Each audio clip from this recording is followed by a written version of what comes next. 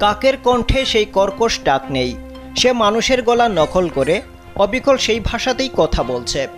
ইতিমধ্যে এই ঘটনার একটি ভিডিও সামাজিক যোগাযোগ মাধ্যমে ভাইরাল হয়েছে।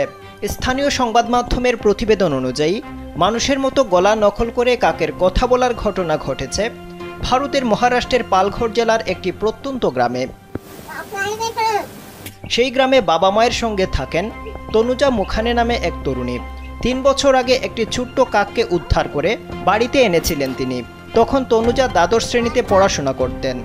গাছের নিচ থেকে 15 দিন বয়সী একটি কাককে আহত অবস্থায় পড়ে থাকতে দেখে বাড়িতে নিয়ে যান তনুজা। স্যান্ডেলিনা সো, রূপচর্চায় আভিজাত্য। কয়েকদিন কাকটির সেবা শুশ্রূষা করার পর সে পোষ মেনে নেয়। 3 বছর ধরে ওই বাড়িতেই থাকে। তবে ছোটবেলা থেকে মানুষের সঙ্গে থাকতে থাকতে সেই ভাষায় রপ্ত করে ফেলেছে কাকটি।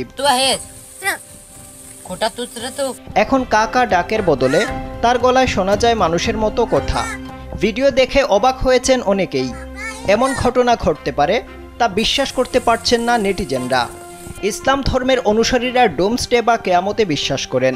পবিত্র কোরআনেও কেয়ামতের বর্ণনা এসেছে। কেয়ামত সংগঠিত হওয়ার পূর্বে তার কিছু আলামত প্রকাশ পাবে, এই ঘোষণা দিয়েছেন স্বয়ং রাসূল সাল্লাল্লাহু আলাইহি ওয়াসাল্লাম। ইমাম আহমদ রহমতুল্লাহ আলাই আবু সাইদ খুদরি রাদিয়াল্লাহু তাআলা আনহু থেকে একটি হাদিস বর্ণনা করেছেন।